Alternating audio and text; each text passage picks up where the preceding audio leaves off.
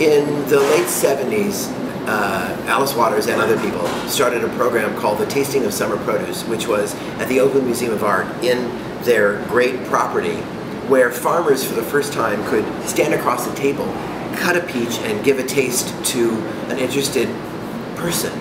You know, it was shocking. These days we do it all the time at farmers markets, but it was a really new notion. So when I got to New York, I was inspired by that. And I thought, what can we do in New York? Because in those days, there weren't a lot of farmers markets. There weren't a lot of local and regional farmers bringing their food to New York City. So we decided to do something called the Marketplace Tasting. Because New York City is a great crossroads. You know, it used to be a melting pot and everything tasted kind of like spaghetti and meatballs. But now it's a crossroads from everywhere in the entire world. And so what we did was we gathered together all different kinds of purveyors, shopkeepers, food makers, to get the conversation going. It actually started in the first little kitchen of the French Culinary Institute on Broadway and Grand, and grew from there.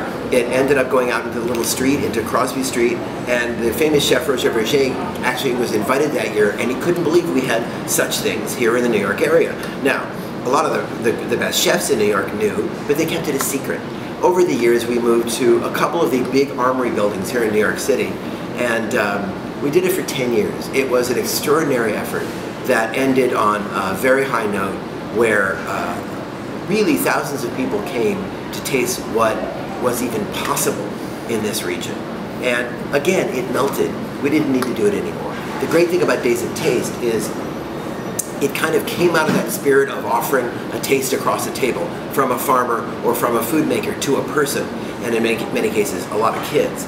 But, you know, as long as you keep doing that one-on-one and in farmers markets all over America, you don't need to gather in a building once in a while to do what we ought to do every week.